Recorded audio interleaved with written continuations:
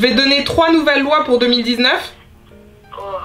Et tu dois me dire laquelle est fausse. Ok.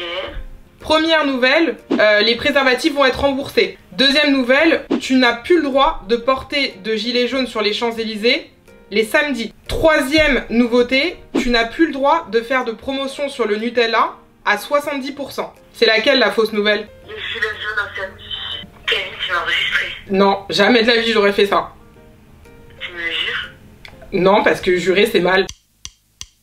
1, 2, 3, hey.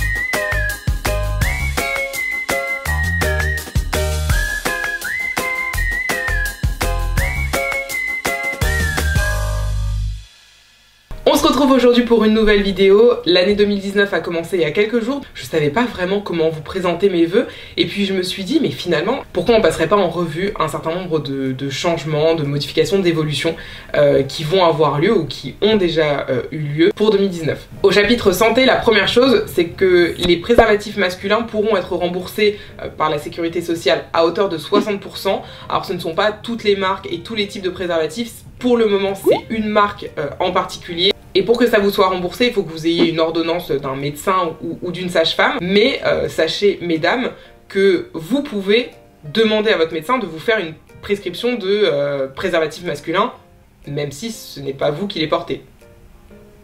Évidemment. Toujours au chapitre santé, vous le savez peut-être, dans quelques mois, il va y avoir une interdiction généralisée de commercialiser des pailles, des cotons-tiges, des couverts en plastique pas réutilisables, etc. Et donc il y a certaines enseignes qui ont pris le parti d'anticiper et de ne plus commercialiser certains de ces produits ou l'ensemble de ces produits dès janvier 2019. Pour tous ceux qui se demandent comment ils vont faire pour organiser leur baby shower, les anniversaires de leurs enfants, de leurs petits frères, il faudra vous rabattre sur d'autres produits comme les couverts en bambou ou des pailles en papier. D'ailleurs, je sais pas si vous vous souvenez, quand on était plus jeune, il y avait des sucettes et le bâtonnet de la sucette était un peu en papier, ça s'effritait dans la bouche. Bah voilà, maintenant c'est ça qu'il faut acheter. Mais bon, peut-être qu'ils se sont améliorés depuis. Au chapitre argent à présent. 3 nouvelles. D'abord, vous le savez, la première nouvelle, c'est que depuis le 1er janvier 2019 est mis en œuvre le prélèvement à la source qui change la manière dont vous allez payer vos impôts. Donc désormais, ce n'est plus vous qui, tous les ans, potentiellement, allez faire un chèque à l'État pour payer vos impôts, mais c'est votre employeur qui va directement prélever l'impôt sur votre salaire avant de vous le verser. Et donc, vous aurez un salaire net d'impôt en principe.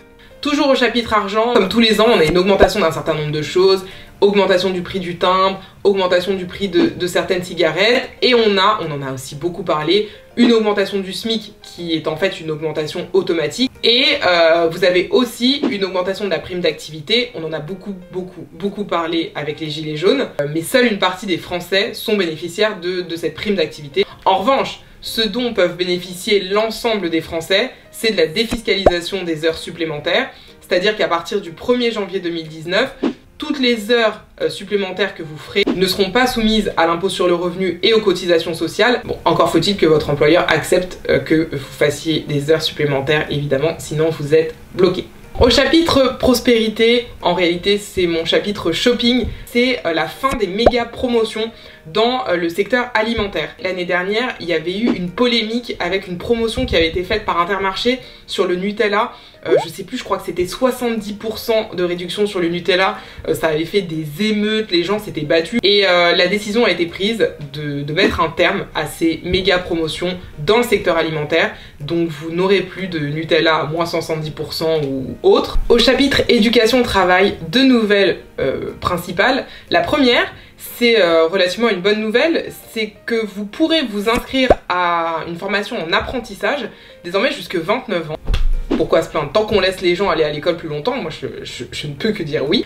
L'autre nouvelle, peut-être qu'elle fera un peu moins plaisir à certains, elle concerne les demandeurs d'emploi. Vous savez peut-être que quand vous êtes inscrit à Pôle emploi et que vous êtes donc demandeur d'emploi, Pôle emploi va vous faire des offres d'emploi. Et avant, dans les motifs qui permettaient de refuser une offre, c'est que l'offre d'emploi qui vous était faite, qui correspondait à vos compétences, à votre qualification, proposait un salaire bien plus bas que ce que vous gagnez par le passé. Aujourd'hui, à partir de janvier 2019, les choses changent puisqu'on considère comme raisonnable une offre d'emploi qui vous est faite, même si la rémunération qui est proposée est inférieure à ce que vous gagnez avant. Et vous pouvez me dire, oui, bah ça change quoi?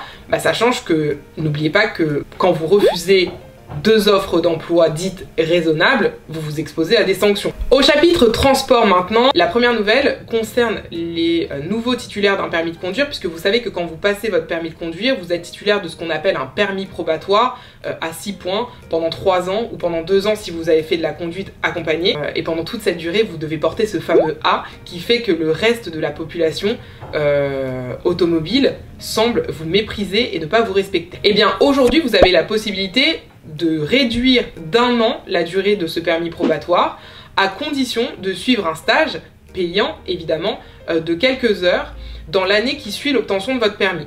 Et à l'issue de ce stage, donc, vous réduirez d'1 an la durée de votre permis probatoire. Deuxième nouvelle s'agissant des transports, c'est qu'aujourd'hui, lorsque vous faites contrôler au volant de votre véhicule, l'officier de police qui vous contrôle a la possibilité de consulter un fichier qui s'appelle le fichier des véhicules assurés pour s'assurer justement que votre véhicule est assuré. Cette phrase est horrible, j'espère que vous me la pardonnerez. Et quand j'ai lu ça, je me suis dit, ah, mais c'est trop bien, parce que comme ça, quand on se fait contrôler en voiture et qu'on a oublié nos papiers d'assurance, etc., on peut plus se faire contraventionner puisqu'il a juste à aller voir dans son fichier pour se rendre compte qu'on est bien assuré effectivement. Mais en y réfléchissant, en fait, je pense qu'on sera quand même contraventionné si on n'a pas nos papiers d'assurance, tout simplement parce que l'infraction, elle est quand même là. C'est-à-dire le fait de ne pas avoir ces papiers d'assurance, bah, c'est quand même là. Voilà, cette vidéo est terminée, j'espère vraiment qu'elle vous a plu. N'hésitez pas à me laisser un commentaire si vous êtes au courant de nouvelles dispositions, de nouvelles mesures qui entrent en vigueur. J'aurais pu continuer à parler longuement, mais l'année 2019 s'annonce très chargée d'un point de vue judiciaire. Il y a des procès qui vont s'ouvrir qu'on attend depuis longtemps. Bref, il nous reste quand même plus de 300 jours pour voir ensemble ce que nous réserve l'année 2019. Et je sais qu'elle sera riche en émotions.